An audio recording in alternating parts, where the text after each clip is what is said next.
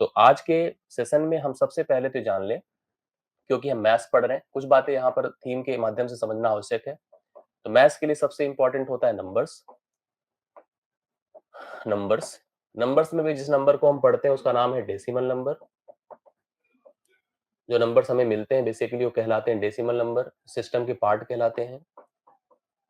अब decimal number system के अंतर्गत भी जो संख्याएं हमको मिलती है, जो नंबर्स हमें मिलते हैं, उन नंबर्स को अगर हम लोग यहाँ पर यूज की बात करें, अगर इनका यूज देखें, प्रयोग देखें, तो हम आप सब लोग लगभग लगभग मुझे लग रहा है 3 प्रकार की संख्याएं उपयोग में लाते हैं। आपको याद होगा हम 3 प्रकार की संख्याओं में किसको-किसको उपयोग में लाते हैं, ये भी ध्यान दीजिएगा। हम इंटीजर को उपयोग में लाते हैं। इंटीजर का मतलब पूर्णांक। जनरली आपने देखा होगा पूर्णांक संख्याओं का उपयोग आप करते हैं। पूर्णांक कौन होते हैं अभी हम डिस्कस करेंगे डिटेल से, लेकिन फिर भी जानना तो आवश्यक है ही है। जिसमें दशमलव नहीं लगा होता है, जो भिन्न के रूप में भी अगर लिखा जाए तो नीचे 1 रहे, ऐसी संख्याएं पूर्णांक है। जैसे 5 और 10 है, 10 और 15 है। ये सब संख्याएं 10, 15, 20, 25 जो भी डायरेक्टली लिखी हुई नंबर्स हैं, सब की सब पूर्णांक है। इसके बाद एक संख्या आप लोग उपयोग में लाते हैं, जोड़ घटाव गुणा भाग, या जो भी कोई क्वेश्चन आपको मिलता है पढ़ने को करने को, उसमें हम फ्रैक्शन अर्थात भिन्न की संख्याओं का उपयोग करते हैं। 1/2, 3/4, 4/5, इस प्रकार से भिन्न उपयोग में लाते हैं। 2 सही, 3/15, इस तरह से 5, मतलब कुछ भी लिख दीजिए। और अगला जो नंबर उपयोग में लाते हैं डेसिमल, जिसमें दशमलव लगा होता है। आप सब अक्सर कहते हैं कि सर ये जो कैलकुलेशन है इसमें बहुत दशमलव भिन्न है इसलिए नहीं आ रहा है। डायरेक्ट पूर्णांक होता तो हमारे लिए आसान हो जाता, हम जल्दी कर पाते। समस्या यहाँ पर हमारे सामने यही है कि हम संख्याओं को 3 रूपों में यहाँ पर देख पाते हैं, इंटीजर, फ्रैक्शन और डेसिमल। बट इसका जो एक्चुअल क्लासिफिकेशन जिसके आधार पे हम संख्याओं का वर्गीकरण समझ पाते हैं, संख्याओं को सीख पाते हैं, अगर हम उनकी बात करें तो थोड़ा सा आपको हमको समझना यहाँ पर आवश्यक है। वहीं से जहां से प्रश्न बनते हैं जो हमारी समझ के लिए भी इंपॉर्टेंट है और जो हमें आगे उपयोग में भी नजर आएंगे। उसके लिए हमें यहाँ पर बेसिक और सबसे इंपॉर्टेंट जो आज का लेक्चर है जिसमें हमको पढ़ना है वो है क्लासिफिकेशन ऑफ द नंबर। ध्यान से देखते जाइएगा, classification of numbers. Classification of numbers अर्थात हम हिंदी में कह सकते हैं इसको संख्याओं का वर्गीकरण। संख्याओं, आप लोग को हेडिंग करना है संख्याओं का वर्गीकरण। ये अपनी कॉपी में उतार लीजिए। क्लासिफिकेशन ऑफ द नंबर्स में हम संख्याओं को वर्गीकृत करेंगे, मतलब उनके अलग नेचर के हिसाब से उनके नामकरण को करेंगे, उनको समझेंगे, उनके अंदर की जो भी समस्या होगी, जो भी चेंजेस होंगे उनके हिसाब पे उनका हम वर्गीकरण या उनको हम बांटेंगे, मतलब बांट के समझेंगे। इसी वर्गीकरण को मैं समझाने जा रहा हूँ। ठीक है, यहीं से शुरुआत करते हैं आज के लेक्चर की। तो सबसे पहले अगर हम लोग यहाँ पर डिस्कस करें, जो भी संख्या हम लोग उपयोग में लाते हैं, आमतौर पर जितनी भी संख्या हम लोग पढ़ते हैं, आप सभी संख्याओं को क्या बोलते हैं? Complex number. जो भी संख्या आप उपयोग में लाते हैं सभी संख्याओं को आप कॉम्प्लेक्स नंबर अर्थात सम्मिश्र संख्या बोलते हैं। सम्मिश्र संख्या। सम्मिश्र संख्या आपने देखा होगा 12th में एक चैप्टर ही होता है सम्मिश्र संख्या के रूप में ना। जो चैप्टर होता है जिसमें हम लिखते हैं कि संख्या जो लिखी गई है z equal to a plus i b के रूप में, उसी को हम सम्मिश्र संख्या कहते हैं। हम लोग यहाँ पर ये समझ लें कि जो भी संख्याएं हम आपको दे देते हैं लिखने को, पढ़ने को, कैलकुलेशंस के लिए, वो सबको हम सम्मिश्र संख्या कहते हैं। आप सभी संख्या को जो भी डेसिमल नंबर सिस्टम के अंतर्गत आती है सबको आप सम्मिश्र बोल सकते हैं। सम्मिश्र को अगर बांटा जाए तो दो रूपों में संख्या बढ़ जाती है। एक होती है रियल नंबर जिसको आप कहते हैं वास्तविक संख्या। क्या बोलते हैं? वास्तविक संख्या। और दूसरा होता है इमेजिनरी नंबर। इमेजिनरी नंबर जिसको आप कहते हैं काल्पनिक संख्या। मतलब हम दो प्रकार की संख्याओं को यहाँ पर अगर हम मिला देते हैं तो हमारे पास संख्या जो बनकर आती है उसको कहते हैं सम्मिश्र संख्या। मतलब हमें इन दो रूपों में संख्याएं नजर आती हैं, एक तो वास्तविक के रूप में, दूसरा काल्पनिक के रूप में। इन दोनों का कॉम्बिनेशन ही सम्मिश्र कहलाता है। इन दोनों कॉम्बिनेशन ही सम्मिश्र कहलाता है। तो आपको हमको यही जानना है कि वास्तविक क्या है और काल्पनिक क्या है, जिनकी मदद से सम्मिश्र बनता है। बेसिकली हम ऐसे समझ लें कि सम्मिश्र संख्याओं का बंटवारा दो रूप में किया जा सकता है, या दो संख्याएं मिलकर के सम्मिश्र बनाती हैं, या हम ऐसे कहते हैं कि हमें यही दोनों संख्याएं बेसिकली पढ़नी ही है। मतलब हमें अपने नेचर के हिसाब से संख्याओं का बंटवारा ही दो रूप में हम लोग कर सकते हैं। थोड़ा बात यहाँ पर वास्तविक की किया जाए और काल्पनिक की किया जाए तो समझने की जरूरत है हम लोग को। वास्तविक को जनरेट या डिनोट किया जाता है वो कैपिटल आर से किया जाता है। वास्तविक को अगर समझना है तो वास्तविक ऐसे ही है जैसे हम लोग कहते हैं कि सब कुछ वास्तविक है, मतलब ये हमारे लिए यूजफुल है, या हमारे काम का है, या हमारे लिए उपयोगी है, वही वास्तविक है। जो रियल में हमारे सामने एग्जिस्ट करता है वही वास्तविक है। वास्तविक को भी समझने के लिए, समझाने के लिए हम कहते हैं कि एक संख्या रेखा होती है ऐसे, जिसको आप कहते हैं नंबर लाइन। इसको अंग्रेजी में कहते हैं रियल नंबर लाइन, हिंदी में कहते हैं वास्तविक संख्या रेखा, वास्तविक संख्या रेखा। मैं आपको अगर इसकी डेफिनेशन बताऊं या समझाऊं तो मैं कहूंगा कि दुनिया में कोई भी संख्या जिसे आप क्वेश्चन में लिख पाते हैं या कैलकुलेट करके उत्तरमाला में पाते हैं, वो सब की सब इसी संख्या रेखा पर प्रदर्शित की जाती हैं। इस संख्या रेखा को दो रूपों में, दो भागों में बांट दिया जाता है, बीच में जीरो लगा करके। धनात्मक दिशा में, अगर हम राइट हैंड जाते हैं तो धनात्मक दिशा में, और अगर हम लेफ्ट हैंड जाते हैं तो ऋणात्मक दिशा में। इस संख्या रेखा को हम लोग दो रूपों में बांट देते हैं, पॉजिटिव और नेगेटिव के फॉर्म में।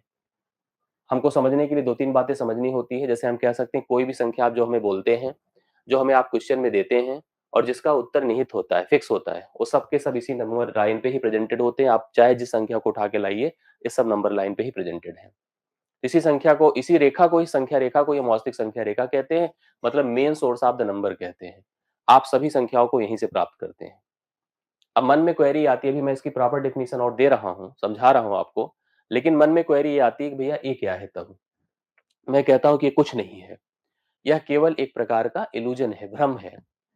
वो जो भ्रम हमें कैलकुलेशन में, भ्रम हमें वर्किंग में, भ्रम हमें हमारी हर चीजों में, हर एक्टिविटीज में मिल जाता है, वही संख्या आपकी काल्पनिक है, वही संख्या आपकी इमेजिनरी है। हमने आपसे कई बार, अगर आप हमने हमारी और क्लासेस पढ़े हैं तो हमने आपसे डिस्कस किया कि भैया हमारे जीवन में भी इस प्रकार से भ्रम की स्थिति बनती है। जैसे हम कहते हैं कि हम जो है कोई भी एक्टिविटी हम परफॉर्म करते हैं कि हम यार ऐसा पढ़ेंगे तो हम इस तरह का अचीव कर लेंगे, हमको इस एक्टिविटी के लिए वहां जाना होगा, ये कार्य करना होगा। तो जो हमारे एग्जिस्टेंस में आता है वही रियल है, वही रियल वर्ल्ड का भाग है। लेकिन जो हमारे एग्जिस्टेंस से बियॉन्ड होता है, जैसे कि हम कहते हैं कि मर के हम स्वर्ग चले जाते हैं, मर के हम नर्क में चले जाते हैं, जो हमारे एग्जिस्टेंस के बियॉन्ड है। आप इस समय ऑस्ट्रेलिया में मैच चल रहा है, वहां जाके देख सकते हैं मैच, टिकट पैसे हो आपके पास, जाके आराम से देख सकते हैं। लेकिन कोई कहे कि चल के आज हम स्वर्ग घूम के आते हैं, वहां पे भी टूर मना के आते हैं, या नर्क में आते हैं थोड़े दिन घूम के आते हैं कि होता क्या है, चलिए देख के तो आते हैं। तो वही आपका इमेजिनेशन है, वही आपका इमेजिनरी वर्ल्ड है, रियल वर्ल्ड नहीं है। ऑस्ट्रेलिया का मैच देखना रियल वर्ल्ड है। आप दुनिया में कोई भी ऐसी जगह जहाँ पे आप पहुंच सकते हैं, वही आपका रियल वर्ल्ड है। लेकिन जिस चीज को आप केवल सपने में देखते हैं, जिस चीज को कहानियों में सुनते हैं, वही आपका इमेजिनेशन है, वही आपकी इमेजिनरी वर्ल्ड है। मर के स्वर्ग में जाना, नर्क में जाना, ये केवल आप कहाँ पे देखे हैं? किताबों में, टीवी सीरियल्स में, जो आजकल या हमेशा सीरियल्स आते हैं जो हमारी पौराणिक कथाओं को दिखाते हैं। इंद्र भगवान का दरबार दिखाते हैं, हाँ, बढ़िया जो है इंद्रासन लगा हुआ है, सब बैठे हुए हैं। आप देखें नीचे, देखिए वहां पहाड़ों का धुआं निकलता रहता है। धुआं क्या, बेसिकली गैस निकलती रहती है। यमराज जी तलवार लेके खड़े हैं हमलोक में, हाँ, बहुत सारे वहां पे उनके लोग खड़े हैं, मार रहे हैं, काट रहे हैं, कढ़ाई में तैल रहे हैं, इस तरह से अलग अलग पनिश कर रहे हैं। ये सब जो इमेजिनेशन है, जिसमें प्रैक्टिकलिटी कुछ नहीं है, या हो भी तो उस पे हमारी कोई चर्चा परिवाद विवाद नहीं हो सकता है। मतलब होगा भी हो सकता है, मैं नहीं कह सकता हूँ कि नहीं है, कि है क्या है कैसे है। लेकिन हमने एहसास नहीं किया है। कोई भी तभी एहसास कर सकता है जब हम मर के नर्कलोक या स्वर्गलोक में जाएं, वहां कुछ वक्त गुजारें, गुजार के लौट के आए, आपसे मिले, बताएं कि भैया ऐसा था वहां पे, तब जाके मानेंगे कि उसको हम, वह रियल वर्ल्ड है, अन्यथा हम उसको हमेशा जीवन भर इमेजिनरी वर्ल्ड ही मानकर चलेंगे, कभी भी उसको हम वास्तविक नहीं मान के चलेंगे। ऐसे ही हमारे पास संख्याएं भी होती हैं, जो संख्याएं दो रूपों में बटी हैं, जो ही हमारे जीवन का संपूर्ण सार होती है। एक तो रियल नंबर होती है, दूसरी इमेजिनरी नंबर होती है। ऐसी संख्याएं जिनके ऊपर कैलकुलेशन हो सकता है, जिनकी एग्जिस्टेंस होती है, जो कहीं एग्जिस्ट करती हैं, जो कहीं रहती हैं, किसी प्रकार की चेंजेस करती हैं, उनके रहने ना रहने का फर्क होता है, वो सब रियल नंबर हैं। लेकिन वह संख्याएं जो केवल हमारी कल्पना में हैं, जो हमारे किसी कैलकुलेशन में पार्टिसिपेट नहीं करती हैं, वह हमारे इमेजिनरी वर्ल्ड की भाग कहलाती हैं। वो हमारे इमेजिनेशन या हमारे इमेजिनरी में ही कॉन्सेप्ट में, इमेजिनरी कॉन्सेप्ट में बन के आती हैं। जैसे मैं आप लोगों से एक चर्चा करूं, आप लोगों को मैंने जैसे रियल वर्ल्ड को तो बता ही दिया, रियल नंबर को बता दिया कि दुनिया की कोई भी संख्या अगर इस नंबर लाइन पे प्रेजेंटेड है तो वही वास्तविक संख्या है। लेकिन अगर मान लीजिए कोई ऐसी संख्या है, मतलब जिसके ऊपर कोई कैलकुलेशन हो सके, जिसकी एग्जिस्टेंस हो, ये ही वास्तविक संख्या है। बट ऐसी बहुत सारी संख्याएं होती है जिसके ऊपर कैलकुलेशन संभव नहीं हो पाता है। उनकी एग्जिस्टेंस तो होती है, उनकी रीच होती है, बट उनका जब कैलकुलेशन हम लोग उनके ऊपर लगाने जाते हैं तो उनका कैलकुलेशन हमारे लेवल के बाहर हो जाता है, वो हमारे रियल नंबर का पार्ट नहीं होती है। जैसे आप समझिए, आपसे मैं कहूं कि आपसे मैं कहूं कि 4 है, आप 4 का वर्गमूल बता दो, √4। आप बताओ क्या होगा? 4 का वर्गमूल, वर्गमूल के लिए रूट जानते ही हैं, इतना तो अवेयरनेस है सबके अंदर। तो आप कहोगे सर, आप प्लीज कमेंट करके बताओ, इसके दो नंबर, दो पार्ट होंगे, दो मान होंगे बेसिकली, या तो +2 होगा या तो -2 होगा, क्योंकि चाहे आप +2 का वर्ग करिए, चाहे आप -2 का वर्ग करिए, हर स्थिति में आपको 4 मिल जाएगा। इसलिए 4 का वर्गमूल +-2 दोनों होता है। लेकिन इसी 4 को अगर हम नेगेटिव 4 बना दें और मैं अब आपसे कहूं कि इसका वर्गमूल बताओ, कितने लोग बता सकते हैं? 4 का वर्गमूल अब कितने लोग आप बता सकते हैं? थोड़ा मुझे बताइए। -4 का, -4 का वर्गमूल क्या होगा? इस समय जब आप वर्गमूल निकालने जाएंगे तो आप नहीं निकाल पाएंगे प्रॉपर। ना तो आप +2 बता सकते हैं, ना -2 बता सकते हैं, क्योंकि +2 का वर्ग भी +4 होगा, -2 का वर्ग भी +4 होगा। कभी भी वर्ग ऋणात्मक हो ही नहीं सकता है। मतलब मेरा कहना था कि कभी भी आप ऐसे समझ लीजिए कि आप नेगेटिव संख्याओं का वर्गमूल नहीं ज्ञात कर सकते हैं। जब नहीं ज्ञात कर सकते हैं तो यह जो प्रेजेंटेशन है, यह इमेजिनरी नंबर है। यह प्रेजेंटेशन इमेजिनरी है, बल्कि ये संख्या इमेजिनरी नहीं है। -4 यहाँ पे एग्जिस्ट होगा, -4 एक वास्तविक संख्या है, याद रखिएगा। लेकिन -4 का जो प्रदर्शन है रूट के रूप में, वह संख्या आपकी इमेजिनरी है। आप इसके मान को नहीं ज्ञात कर सकते, इसका कैलकुलेशन नहीं कर सकते हैं। इस समय एक साइंटिस्ट थे जिनका नाम था यूलर, याद रखिएगा, ऐसा पॉइंट भी लिखिएगा। यूलर ने एक वर्ड दिया, साइंटिस्ट बहुत बड़े मैथमेटिशियन थे, यूलर का नाम अगर आप थोड़ा बहुत भी अवेयर हैं तो जानते होंगे। इन्होंने एक वर्ड दिया जिसका नाम है आयोटा। क्या है? आयोटा। आयोटा दिया, आयोटा को उन्होंने इनिशिएट किया आई से, कहा इसका मान आई मान लो, और आई की वैल्यू को हम √-1 मान लें। कितना मान लें? √-1 मान लें।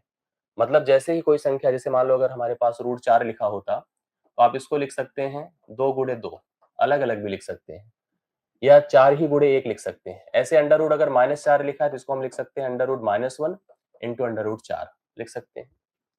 इन्होंने कहा आप आई मान लो, आई का मान √-1 कर लो। अब √-4 को आप √-1 इंटू √4 लिख सकते हैं, अर्थात इसको लिख सकते हैं +-2i। समझिए कैसे? क्योंकि इसका मान तो आप बता चुके हैं और आई का मान रूट में जो नेगेटिव है वो हमारे सामने क्या है? आयोटा है। आयोटा का मतलब आई है। इसका मतलब यहाँ पर, हाँ, मेरी बात को आप समझ पाए हैं? मेरा कहने का सेंस है कि आयोटा का मतलब अगर √-y है तो आप किसी भी नेगेटिव संख्याओं का वर्गमूल आई के रूप में ज्ञात कर सकते हैं। बट उद्देश्य यहाँ पर ये नहीं था कि हम मान निकालें, उद्देश्य यहाँ समझना था। तो समझने के दौरान मुझे ये समझ में आया कि अगर हमसे कोई काल्पनिक संख्या कहें पूछेगा तो हम उसको क्या बताएंगे? हम कहेंगे ऋणात्मक, ध्यान से देखिएगा, ऋणात्मक संख्याओं का, ऋणात्मक संख्याओं के वर्गमूल, वर्गमूल को ज्ञात करने करने की प्रक्रिया, की प्रक्रिया संख्याओं को, संख्याओं को काल्पनिक, काल्पनिक संख्या बना देती है। ये संख्या काल्पनिक एग्जैक्टली बन के नहीं आती है, बल्कि हमारे व्यवहार से संख्या काल्पनिक बन जाती है। जब हम किसी ऋणात्मक संख्या का वर्गमूल ज्ञात करने जाते हैं तो वह संख्या काल्पनिक बन जाती है। मतलब वो एग्जैक्टली पहले से काल्पनिक नहीं होती है, हमारी वर्किंग से वह संख्या काल्पनिक बन जाती है। हाँ। हम्म। हाँ हाँ हाँ। जी, बात समझ रहे हैं कि नहीं? मेरा जो मैं कहने का सेंस था कि अगर ऋणात्मक संख्या थी हमारे पास, तो उस ऋणात्मक संख्या को अगर हमने रूट के अंदर डाला तो वह संख्या तब काल्पनिक बन गई, अन्यथा वह संख्या एक्चुअली तो वह वास्तविक ही थी। तो ऋणात्मक कोई संख्या नहीं थी, ऋणात्मक एक प्रकार से हमारा प्रेजेंटेशन था, हमारा व्यवहार था, हमारी एक्टिविटी थी। हमने जैसे उस ऋणात्मक संख्या का वर्गमूल निकालने की कोशिश करी, वह संख्या काल्पनिक बन गई। अगर आपसे कोई पूछेगा कि काल्पनिक संख्या क्या होती है, तो आप यही डेफिनेशन दीजिएगा, ऋणात्मक संख्याओं के वर्गमूल को ज्ञात करने की प्रक्रिया संख्याओं को काल्पनिक संख्या बना देती है। मतलब एग्जैक्टली संख्या काल्पनिक नहीं होती है, बल्कि वह काल्पनिक बन जाती है। इसमें एक दो चीजें हम लोग को चर्चा करनी है जो मैं अभी आपको करा रहा हूँ। थोड़ा सा भी इसको हम लोग वर्किंग में लेके चलते हैं, फिर आगे हम इसको समझ लेते हैं। यहाँ पर मैंने आपको इस ऋणात्मक को मैनेज करने का तरीका यूलर के माध्यम से बताया। यूलर जी ने हमें बताया था कि आयोटा एक शब्द होता है, आई जिसका मान होता है, आई को हम √-1 मान लेते हैं। उसके आधार पे हम लोग यहाँ पर हम किसी भी ऋणात्मक संख्या के वर्गमूल का भी कुछ ना कुछ नेचुरल या कुछ ना कुछ एक्टिविटी के आधार पे हम रिस्पॉन्स दे सकते हैं। थोड़ा सा अगर एक दो चीजें उसमें समझना है तो आपको ये समझने की आवश्यकता है। जो यूलर जी थे, यूलर ने हमें बताया कि आई का मतलब होता है √-1, यूलर जी ने बताया। अब हम आई को अगर जैसे ही थोड़ा सा वर्किंग में लाते हैं, तो अगर हम आई का वर्ग करें, ध्यान से देखिएगा, अंडर रूट माइनस का वर्ग होगा तो -1 हो जाएगा। आई का क्यूब अगर आप करते हैं तो आप -1 को i से गुणा कर दीजिए, -i हो जाएगा। i की पावर अगर हम 4 करते हैं तो i का वर्ग -1 का गुणा होगा -1 से तो +1 हो जाएगा। अब मैं आपकी जानकारी के लिए बता दूं, अब जैसे जैसे यह मान बढ़ेगा, जैसे i की पावर 5 होगा तो सीधा यह मान फिर से यही हो जाएगा। i की पावर 6 होगा तो यह मान तुरंत यही हो जाएगा। i की पावर 7 होगा तो यह मान तुरंत यह हो जाएगा।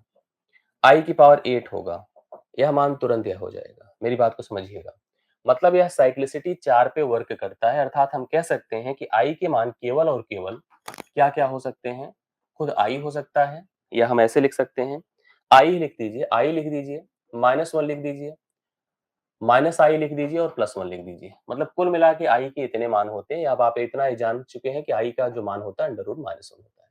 4 के अलावा i के कोई मान नहीं होते हैं। मतलब यह 4 की साइक्लिसिटी पर काम करता है। हमारे यहाँ अब कंपटीशन में ऐसे प्रश्न पूछे जाने लगे अक्सर हर परीक्षाओं में कि आपको i के रूप में कोई वैल्यू देगा और उसका मान पूछेगा। जैसे मान लीजिए आपसे कहे i का वर्ग, तो आप तो तुरंत बता दोगे सर ये -1 होगा। लेकिन मान लीजिए हमसे पूछा i की पावर 47, तो आप क्या कर पाएंगे, कैसे इसका मान निकाल पाएंगे, ये समझने की आवश्यकता है। तो आप तुरंत कहोगे सर कोई बात नहीं, हमको पता है कि i जो है 4 पावर के बाद फिर से उसी 4 मान को रिपीट करता है। मतलब हर 4 के बाद वही मान आपका रिपीटिशन में चलता रहता है। तो हमको ये पता था कि i की पावर 1, 2, 3, 4 पे फिर उसके बाद रिपीटिशन चलता शुरू हो जाएगा। तो हमने क्या किया, जो i की पावर 47 था इसको 4 से भाग कर दिया।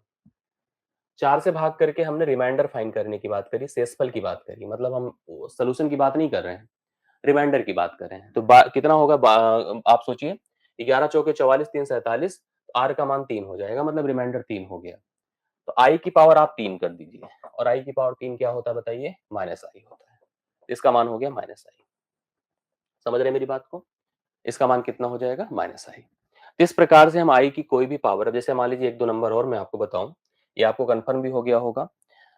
अगर हम आई की पावर आपसे कहें, आई की पावर मैं कह दूं 515, अब इसका मान बताइए क्या होगा। अब यहाँ भी क्योंकि 4 से करना है भाग, अभी मैंने डिविजिबिलिटी नहीं पढ़ाई आपको, लेकिन इतना आप भी जानते होंगे और हम भी आपको बता सकते हैं कि अगर हम 4 से किसी संख्या को भाग करते हैं तो पूरी संख्या को भाग करने की जरूरत नहीं होती है। अंतिम 2 अंकों से ही हम निर्धारित कर सकते हैं। तो हम 4 से 15 को भाग करें और 15 को भाग करते ही रिमाइंडर आया 3। कितना आया, 3। तो आई का मान, सॉरी, रिमाइंडर का मान हो गया 3। यहाँ भी अगर सोचो तो आई की पावर 3 बचेगा। तो आई की पावर 3 अभी अभी हमने आपको बताया -i होता है। कितना होता है, -i। तो आप यहाँ से मान ज्ञात कर सकते हैं कि आई की कोई भी वैल्यू अगर पावर में है तो उसका मान क्या बनकर आएगा, स्पष्ट कर सकते हैं। 1-2 नंबर मैं आपसे करवाता हूँ, आप प्लीज सभी लोग कमेंट करके मुझे बताएं। मैंने कहा आई की पावर 445, थोड़ा सा मुझे बताइए कि इसका रिमाइंडर, इसका मान क्या होगा, कमेंट करके बताइए प्लीज सभी लोग। आई की पावर 445 का मान क्या होगा, कितना आ जाएगा। सेम वही वर्किंग है, यूलर ने जो प्रोसीजर बताया था उसके आधार पे मैंने इस 445 को 4 से भाग किया। रिमाइंडर कितना आएगा बताइए, क्योंकि हमें पूरे को भाग देने की आवश्यकता नहीं। आप 45 अंतिम के 2 अंकों को भाग करिए। अंतिम के 2 अंक को भाग करेंगे तो कितना आ जाएगा, आप खुद ही सोच लो। 11 चौके 44, एक 45 होता है। आर का मान अर्थात रिमाइंडर 1 आएगा, तो आई की पावर भी 1 हो जाएगी, और आई की पावर 1 क्या होता है, -1 होता है। √-1 होगा। √-1, शिवम ने सही बताया। -1 नहीं होगा, √-1 होगा। ठीक है, आई की पावर 1 पूछा निकल कर आएगा, 2 नहीं आएगी। 11 के चौके 44, 44 एक 45 होता है, रिमाइंडर 1 बनेगा। यहाँ पर मान आपका कितना आएगा, √-1 आएगा। ठीक है, इसी प्रकार से अगर हम लोग यहाँ पर कोई और नंबर ऐसे देख ले, जैसे मैंने कहा कि आई की पावर 48 है। अब सोचो, अगर आई की पावर 48 है, 48 तो 4 से पूरी तरह से कट जाता है, तो रिमाइंडर 0 हो जाएगा। अगर रिमाइंडर 0 हो जाए तो देखो यहाँ पर तो कोई बहुत फर्क नहीं है। जैसे आपके दिमाग में आया कि मैं आई की पावर 0 लगा दूं ना, तो 0 किसी की पावर 1 ही होता है, बट इसके आधार पे नहीं होता 1, बल्कि इसके आधार पे होता है जब भी रिमाइंडर 0 है तो इसकी जगह 4 से रिप्लेस कर देना चाहिए। मतलब ये मत सोचा करिए कि हम इस वजह से 1 बताएंगे, नहीं, क्योंकि आई की पावर 0 नहीं, हम इस वजह से बल्कि 1 बता रहे हैं कि जैसे रिमाइंडर 0 आए तो 0 को 4 से रिप्लेस कर दिया करिए। मतलब हमें सोचे कि आई की पावर 4 क्या होता है, हालांकि आई की पावर 4 भी 1 ही होता है। इसलिए इसका मान कितना हो जाएगा, 1 हो जाएगा। जब भी कोई ऐसा मान जो कि आई के पावर पर है और वह 4 से कट रहा है, तो ऐसी स्थिति में मान हमेशा 1 आएगा। मान हमेशा क्या आएगा, 1 आएगा। तो मुझे लगता है कि आपको समझ में बात आई होगी। कि यूलर ने जो हमें टर्म आई दिया, मैं आपको श्योर कर रहा हूँ कि एसएससी सीजीएल से लेके सीएचएसएल तक और जितने भी एक दिवसीय परीक्षाएं होती हैं इधर की आपकी स्टेट लेवल की, हर जगह पर आगे के ट्रेंड में आई का स्वरूप आप जरूर देखोगे। तो इसलिए आई की इन वर्किंग को आप तैयार कर लीजिए, जिससे कि यहाँ पर यह आपको कंफ्यूज ना करे और हमेशा आप उत्तर दे के आए परीक्षा में। आई का मान आप तैयार करके चलिएगा। आशा करता हूँ कंफर्म है, अगर क्लियर है तो एक बार मुझे कमेंट करके आप सब बता दो, मैं भी खुश हो जाऊँ कि हाँ समझ में बातें आई, और आई है तो फिर मैं आगे बढ़ूँ, क्योंकि आई तो आपने पढ़ ही लिया। कंफर्म हो गया है, किसी को डाउट नहीं है? गुड। चलिए आगे बढ़ा जाता है, आगे की बातें सुनते हैं। अब आगे जब मैं चल रहा हूं तो मैंने आपको यही बताया था, मैंने यहां तक बताया था चीजों को। अभी पूरा नोट्स जैसे जैसे मैं पढ़ा रहा हूँ सीक्वेंस वाइज आपको पूरा टेलीग्राम पे मिल जाएगा, वहां से आप अपनी टैली कर लीजिएगा, अपनी फेयर कॉपी में जरूर लिख लीजिएगा।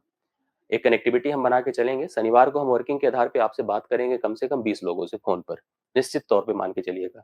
बात करेंगे हम आपके अंदर के जो डेवलपमेंट है, जो चेंजेस है, उस पर हम बात करेंगे, कैसे कैसे हम एक दूसरे से कनेक्ट हो रहे हैं इस पर बात करेंगे।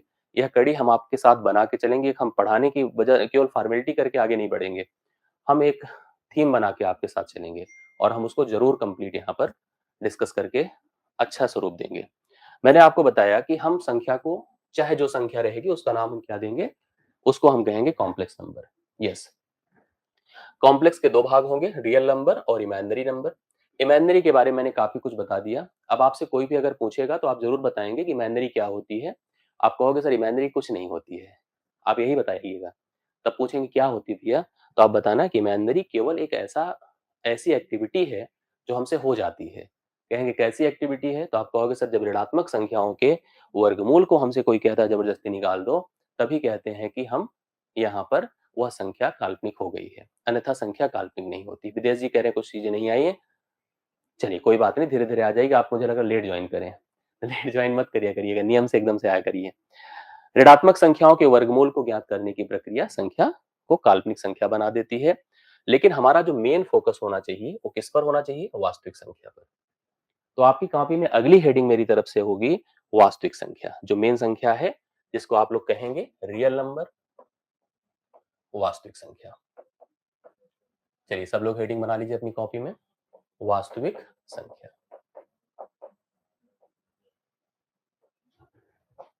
आइए, क्योंकि हमारा सब कुछ इनसे ही लेना देना है, किससे, रियल नंबर से है, क्योंकि यही लोग तो हमें सब कुछ यहाँ पर कंफ्यूज किए बैठे हैं। यही लोग तो सारी वर्किंग बताते हैं, सारे प्रश्न देते हैं, सारे उत्तर यही डिस्कस कराते हैं। सबसे पहली जानकारी इनके बारे में यही होनी चाहिए कि इनका जो प्रेजेंटेशन है, इनको डिनोट जो किया जाता है, denoted by capital R, capital R से प्रेजेंट किया जाता है। रिप्रेजेंटेड, ध्यान से देखिएगा, represented on a real number line, represented on a real number line, मतलब कहां पर, वास्तविक संख्या रेखा पर, वास्तविक संख्या रेखा पर। इनको हम वास्तविक संख्या रेखा पर प्रदर्शित करते हैं, डिनोट कैपिटल आर से करते हैं, वास्तविक संख्या रेखा पर इन्हें हम प्रदर्शित करते हैं। एक संख्या रेखा ऐसे एकदम लीनियर ऐसे लाइन बना दीजिए, हॉरिजॉन्टल, ये बना दीजिए। इस संख्या को कुछ इस प्रकार से डिस्ट्रीब्यूट कर दीजिए जैसे मैंने किया, एक जीरो बना दीजिए, इसके बाद 1 है, 2 है, 3 है, 4 है, सो ऑन। आप कह सकते हैं कि हम प्लस इन्फिनाइट तक चले गए। इधर आप आइए, -1 है, -2 है, -3 है, -4 है, और सो ऑन आप कह दीजिए, हम माइनस इन्फिनाइट तक आ गए। यही वास्तविक संख्या रेखा है, जो कि मेन है, यही सब कुछ है हमारे जीवन का, आप समझिए। इसके अलावा कुछ होता होता नहीं है। आप जो भी प्रश्न परीक्षा में आता है, आप कहिए कि हम लोग कभी कभी कहते हैं ना गेस पेपर कैसे, क्या क्वेश्चन आएगा क्या नहीं आएगा, हमसे अगर आप पूछोगे ना तो मैं यही कहूंगा कि जो भी प्रश्न आएगा उसमें जितने नंबर होंगे सब इसी रेखा पर रहेंगे, इसी रेखा वाले नंबर रहेंगे। आप हमसे पूछ सर उत्तर क्या आएगा, उत्तर भी वही आएगा जो इस रेखा पर होगा। तो कुल मिला के जितने भी नंबर आपको मिलते हैं वर्किंग में, क्वेश्चंस में, आंसर में, वो सब के सब इसी रेखा पर ही अवेलेबल होते हैं। ये बात समझिए। अब यहाँ पर बीच में जीरो होता है, जीरो के इधर जाते हैं तो हम पॉजिटिव नंबर्स प्राप्त करते हैं, मतलब ये जो राइट हैंड साइड होता है पॉजिटिव नंबर्स का होता है, जो लेफ्ट हैंड साइड का पार्ट होता है नेगेटिव नंबर होता है, ऋणात्मक संख्या होती है। ये आपका राइट साइड है, ये आपका लेफ्ट साइड है, लेफ्ट साइड है। राइट जो होता है इंक्रीज करता है, बढ़ाता है, इंक्रीज कराता है मतलब बढ़ाता है। लेफ्ट जो होता है डिक्रीज होता है अर्थात घटाता है। जैसे जैसे आप लेफ्ट में जाते जाएंगे आप घटते चले जाएंगे। कुछ बातें और स्पष्ट समझते चलिएगा इन सबके बीच में। जीरो जो होता है ना तो धनात्मक होता है ना ऋणात्मक होता है, ये न्यूट्रल होता है, ये उदासीन होता है। जैसे आप कहते हैं ना कि नाभिक में प्रोटॉन होता है, इलेक्ट्रॉन होता है, न्यूट्रॉन होता है, उसी प्रकार से यहाँ पर भी होता है कि आपका अगर प्रोटॉन है, ये इलेक्ट्रॉन है, तो ये न्यूट्रॉन है बेचारा, जो बैलेंस कर रहा है। ना तो पॉजिटिव रहता है ना नेगेटिव रहता है, उसको जोड़ दो तो कोई फर्क नहीं, घटा दो तो कोई फर्क नहीं, लेकिन वो डिस्ट्रीब्यूशन करता है पॉजिटिव और नेगेटिव के बीच में। ठीक है। अब हम यहाँ पर एक बात समझें कि जैसे हम कुछ बातें और समझते चलिएगा। हम अगर दो वास्तविक संख्याएं ले लें, तो दो वास्तविक संख्याओं के बीच सदैव, अगर जैसे मैं आप लोगों से क्वेरी करूं, आप लोग कमेंट करके बताइएगा। मैंने आपसे पूछा कि अगर जीरो से हमें एक तक पहुंचना है, जीरो के बाद एक तक जाना है, तो आप कितनी संख्याओं को लांघते हैं, क्रॉस करते हैं, तो एक पर पहुंच पाते हैं। वास्तविक दो वास्तविक संख्याओं के बीच में, संख्याओं के बीच सदैव सदैव अनंत वास्तविक संख्याएं होती हैं, संख्याएं होती हैं। दो वास्तविक संख्याओं के बीच में सदैव अनंत वास्तविक संख्याएं होती है, इनफाइनाइट होती है। ये भी मैं स्पष्ट कर दे रहा हूं कैसे होती है। जैसे ऐसे समझिए, आपने घड़ी देखी है? घड़ी, घड़ी में क्या होता है पता है? या घड़ी छोड़ दो, स्केल, स्केल देखा आप लोगों ने? स्केल यूज किया है, देखा क्या है?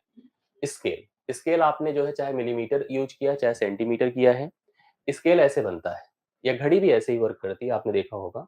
मान लो मिलीमीटर स्केल है या सेंटीमीटर स्केल है, यहाँ जीरो है सपोज करो, जीरो के बाद एक दो तीन चार, फिर एक दो तीन चार, अब यहाँ आ गया एक। इसी प्रकार से फिर बढ़ेगा, ये ऐसे बढ़ता चला जाएगा। ये सेंटीमीटर स्केल है। मैं आपसे कह दूं कि ये क्या है, ये कहोगे 0.1 है, और ये क्या है 0.2 है। अर्थात यह 1 मिलीमीटर था, दूसरा दो, मतलब 1 मिलीमीटर और 2 मिलीमीटर का फर्क है। अब आप इसको उठा लो मिलीमीटर को, ये भी डिस्ट्रीब्यूट ऐसे ही हो जाएगा। ये अब 1 मिलीमीटर मान लो 0.1 है, और ये 0.2 है, ये भी बटेगा एक दो तीन चार, एक दो तीन चार। अर्थात ये 0.11 हुआ, ये 0.12 हुआ। फिर इसको बांटना चाहे तो ये भी बढ़ जाएगा ऐसे ही, एक दो तीन चार, एक दो तीन चार, 0.111 हुआ, 0.112 हुआ। ऐसे आप जीवन भर बांटते जाइए, आपकी पेन स्याही इफर्ट सब खत्म हो जाएगा, ये नहीं खत्म होंगे।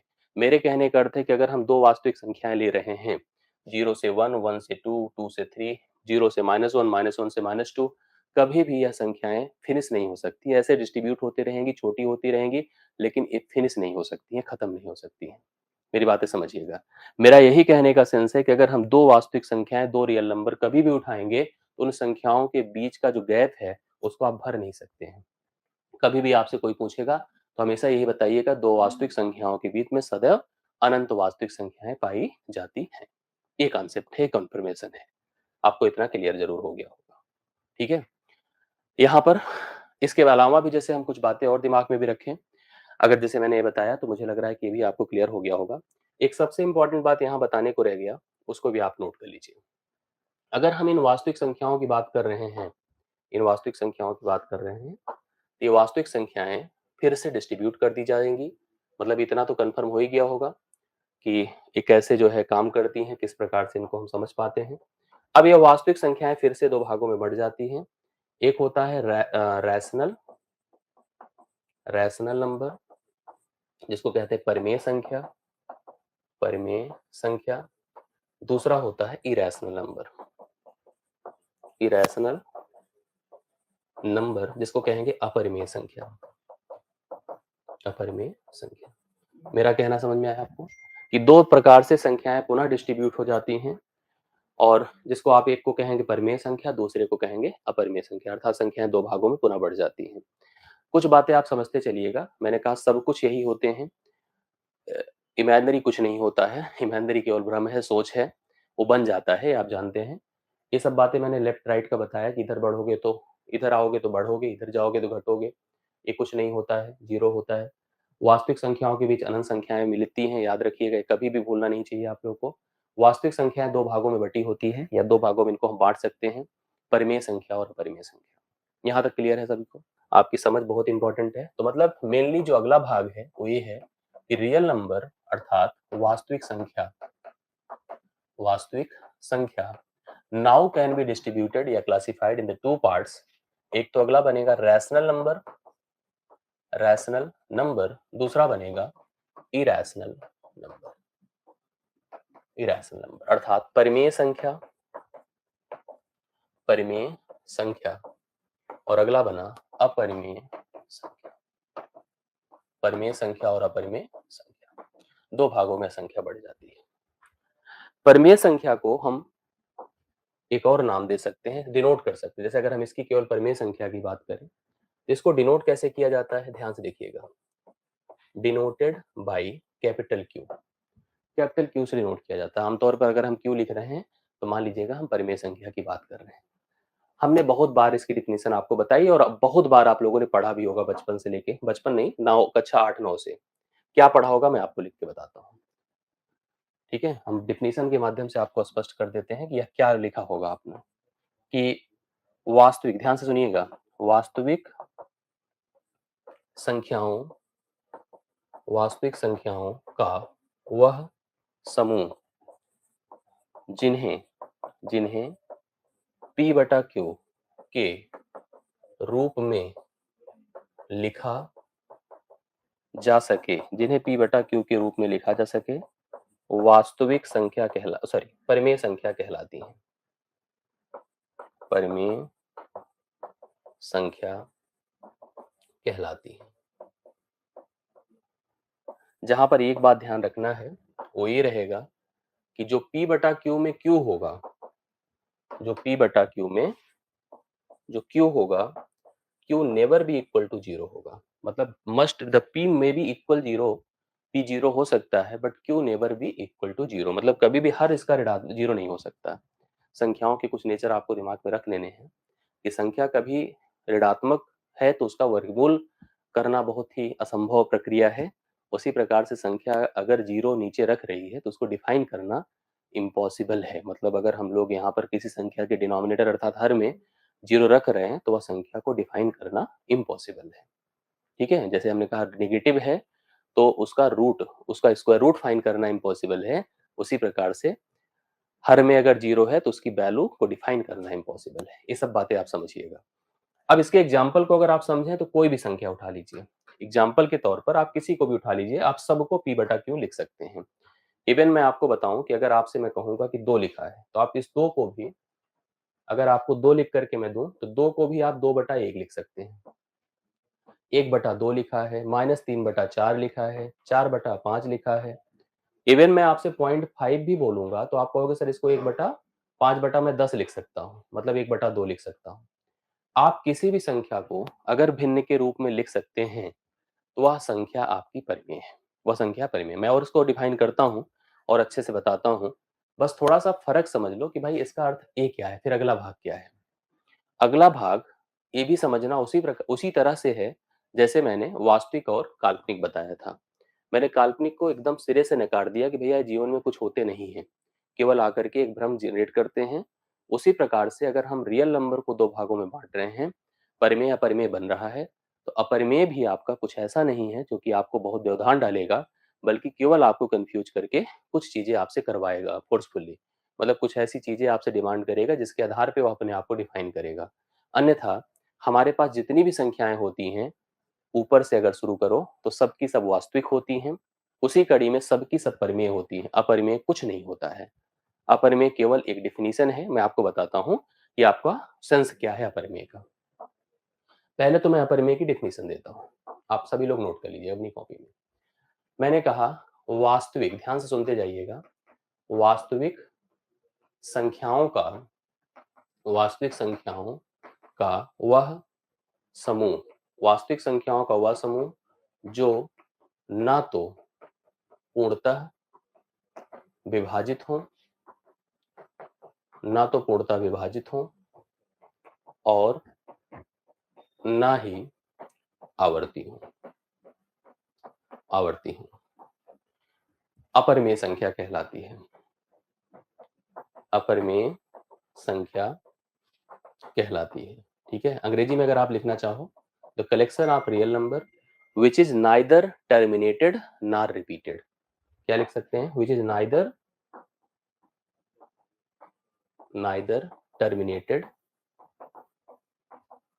Nor repeated, neither terminated nor repeated, that is called the imaginary number, उसी को आप लोग काल्पनिक संख्या कहेंगे। जो संख्या ना तो विभाजित की जा सके और ना ही रिपीट कराई जा सके, उसी को हम लोग यहाँ पर, मैं बताता हूँ सब प्रवीण जी, एकदम चिंता मत करिए, आप टेंशन मत लीजिए, सब बताता हूँ। ठीक है, आपकी क्वेरी मैं समझ रहा हूँ। मैंने कहा कि जो ना तो टर्मिनेट की जा सके, वहां पर एक बात और समझना आवश्यक होता है कि दोनों पूर्णांक होनी चाहिए प्रवीण।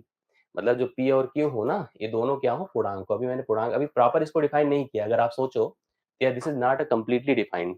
ठीक है, हम एक्चुअली जैसे वहां पे पहले हमने अपरिमेय को, पहले हमने इरेशनल को, इमेजिनरी को बता दिया था, वैसे मेरा उद्देश्य सबसे पहले इसको समझा देना है। जब आप इसको समझ जाओगे मेन डेफिनेशन, हमेशा हम भी कंफ्यूज थे इसमें जब हम पढ़ते थे, तब भी जब इरेशनल की बात आती थी ना, तो यहाँ डेफिनेशन से, क्वेश्चन से मैच कराने से बड़ा डर लगता था, कंफ्यूज जो है, कंफ्यूजन आता था। हाँ। हम्म। तो यहाँ पर आपको मैं चाहता हूँ कि स्पष्ट कर लो, जिससे कि कंफ्यूजन इसकी खत्म हो जाए। इसके बाद से, आज से टेंशन खत्म हो जाए कि इरेशनल क्या है, अपरिमेय क्या है। मैंने कहा संख्याओं का वह समूह, वास्तविक संख्याओं का वह समूह, जिसे ना तो आप पूरी तरह से विभाजित कर सकते हैं और वरना संख्या आवर्ती हो, ऐसी संख्या ही यहाँ पर अपरिमेय कहलाती है। मतलब यहाँ पे जो सेंस बनकर आ रहा है वो डिवीजन का बनकर आ रहा है, ध्यान से सुनते जाइएगा। डिवीजन अर्थात भाग का बनकर आ रहा है। जब आप किसी नंबर लाइन से, ध्यान से देखिएगा, संख्याओं को उठाते हैं, जब किसी नंबर लाइन से आप संख्याओं को उठाते हैं, तो संख्याएं हमारे पास कुछ इस तरह से मिलती हैं।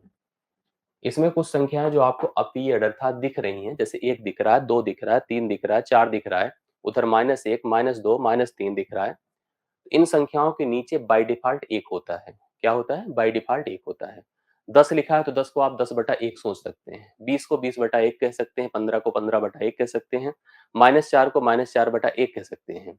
मेरे कहने का अर्थ है संख्याओं को आप बटा 1 के रूप में डिनोट कर सकते हैं, प्रदर्शित कर सकते हैं।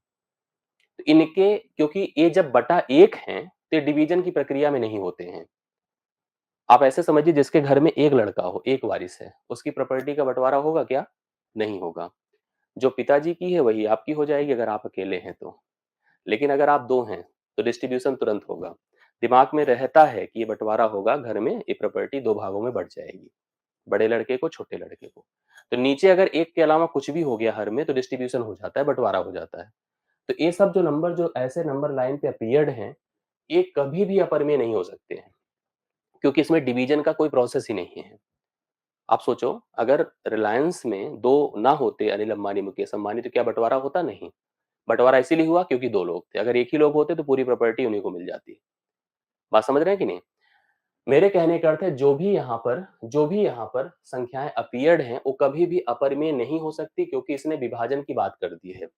जहाँ-जहाँ विभाजन की बात होगी, वही संख्याएँ अपरिमेय की कैटेगरी में सोची जाएँगी। जहाँ विभाजन की बात ही नहीं होगी, वहाँ अपरिमेय संख्याएँ विभाजन की कैटेगरी में, वहाँ अपरिमेय संख्याएँ आपकी जो है, जहाँ विभाजन की बात नहीं होगी, वो संख्याएँ कभी भी आपकी अपरिमेय की कैटेगरी में नहीं जाएँगी, वो हमेशा परिमेय की कैटेगरी में रहेंगी। मतलब इस तरह के जितने भी नंबर होंगे, सब परिमेय होंगे। अब आप सोचो, विभाजन जब होता है, मतलब जब भाग दिया जाता है, तो आप ये समझ लीजिए कि हर संख्या को हर संख्या से भाग हम दे सकते हैं। मतलब 1 के अलावा नीचे कुछ भी अगर है, बटा 2 है, बटा 3 है, बटा 5 है, बटा 10 है, कुछ भी है, तो भाग हम दे सकते हैं। भाग तो ऐसे भी दे सकते हैं, अगर मैं आपसे कहूँगा कि 1 साल में कितने महीने, तो आप कहोगे 12। मेरे से आप पूछो कि 1 महीने में कितने साल, तब भी मैं बता दूँगा 1/12। जबकि सोचो कि कन्फ्यूजन है कि 1 महीने में कितने साल, क्या पूछ रहे हैं सर? कहेंगे नहीं भैया, 1/12 साल होते हैं।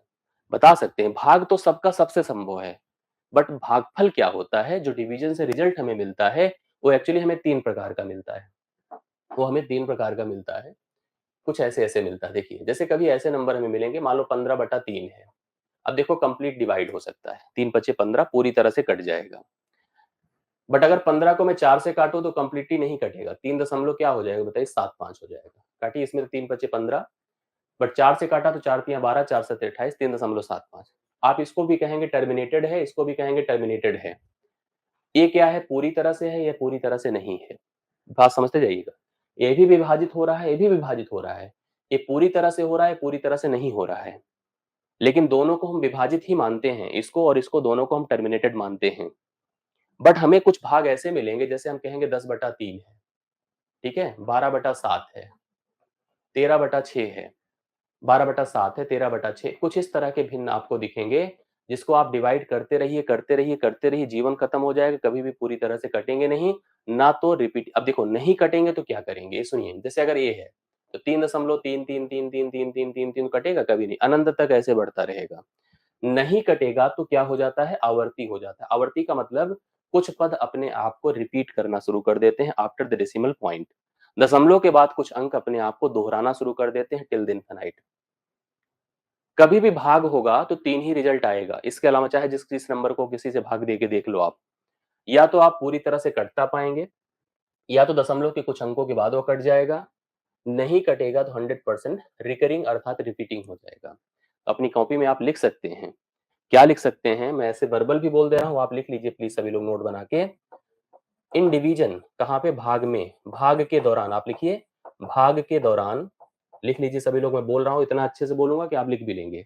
भाग के दौरान या तो संख्याएं संख्याएं पूरी तरह से पूरी तरह से या दशमलव के दशमलव के कुछ अंकों के बाद कुछ अंकों के बाद विभाजित हो जाती हैं, विभाजित हो जाती हैं। क्या लिखा आप लोगों ने, भाग के दौरान या तो संख्याएं पूरी तरह से या तो दशमलव के कुछ अंकों के बाद तक विभाजित हो जाती हैं। लिख लिया आप लोगों ने, लिख लिया तो अगली लाइन लिखिएगा, विभाजित ना होने की दशा में, in case it is not terminated, विभाजित ना होने की दशा में संख्याएं आवर्ती अवश्य हो जाती हैं, संख्याएं आवर्ती अवश्य हो जाती हैं।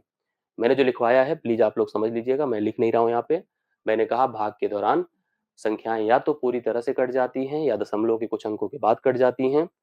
विभाजित ना होने की दशा में 500%, ये मत लिखना, मैं कॉन्फिडेंस से बोल रहा हूं, आवर्ती अवश्य हो जाती है, संख्या क्या हो जाती है, आवर्ती हो जाती है। लिख लिया आप लोगों ने, कंफर्म करना जी, सही है, कोई दिक्कत नहीं है, संख्याएं आवर्ती अवश्य हो जाती हैं। अब सोचो, अब सोचिए इन्होंने डिमांड क्या कर दी थी, इन्होंने कहा ना तो विभाजित हो ना आवर्ती हो, ना तो विभाजित हो ना आवर्ती हो, कौन मांग रहा है, अपरिमेय, तो जो हमारे बस का नहीं है। मैं भाग के नंबर नहीं दे सकता हूं इन्हें कि ये अपरिमेय बना लें।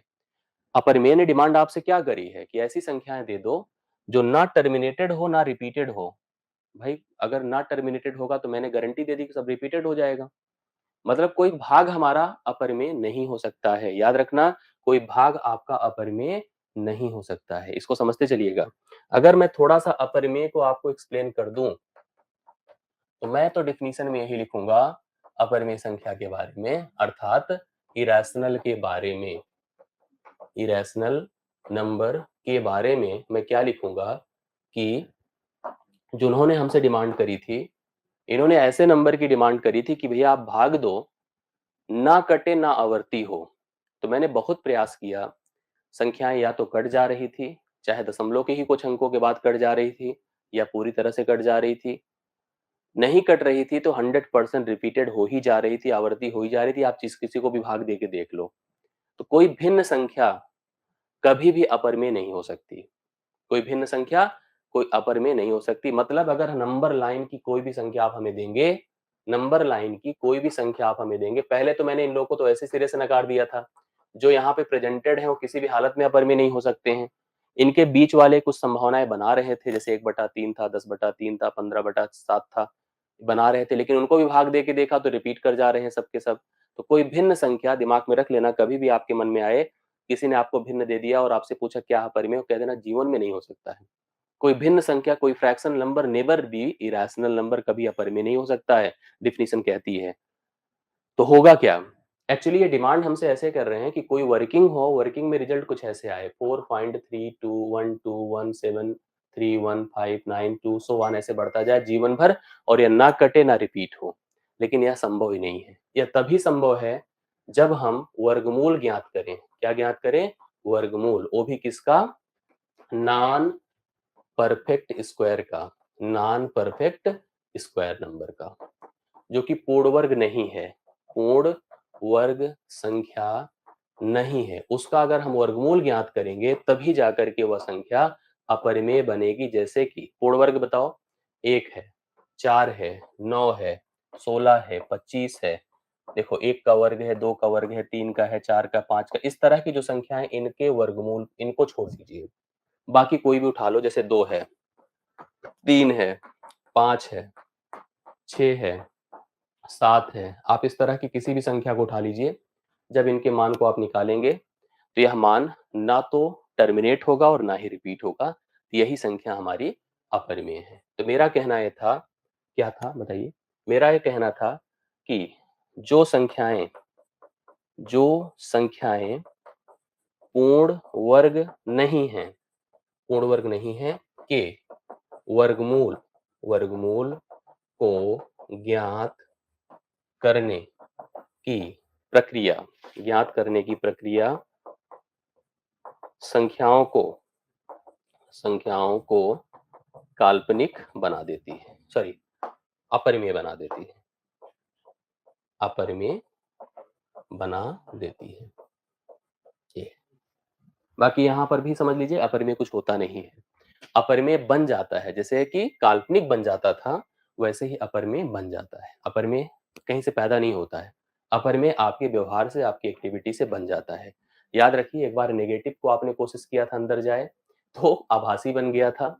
ऐसे ही आपने एक बार नॉन परफेक्ट स्क्वायर को सोचा कि अंदर जाए रूट के, तो क्या निकल कर आया बताइए? अपरिमेय निकल कर आया। यह है अपरिमेय। अपरिमेय को आप, मेरे ख्याल से जहां तक मैं समझ पा रहा हूँ, क्योंकि मैं भी समझ पाया ऐसे ही, जब इसका प्रोसेस इस तरह से समझा तो मुझे भी एहसास हुआ कि भैया यही अपरिमेय है। तो मुझे कोशिश नहीं, मुझे पूरा भरोसा है कि आप भी अब इसको समझ गए होंगे कि यही अपरिमेय है और ऐसे अपरिमेय बनता है। यहाँ तक डाउट है किसी को? अगर है तो प्लीज बताओ, नहीं है तो कोई बात नहीं। अब यहाँ पर अपरिमेय तो चलो कुछ हद तक समझ में आई है। अपरिमेय परिमेय के बीच फर्क भी आपको मुझे पढ़ाना है, समझाना है। अगली क्लास में जब हम आएंगे तब हम परिमेय एक्सप्लेन करेंगे और अच्छे से, दोनों के बीच फर्क और एग्जाम्पल जो आप लोग पूछ रहे हैं उसको हम कवर करेंगे। ठीक है, मिलते हैं 2 बजे। थैंक यू सो मच, धन्यवाद।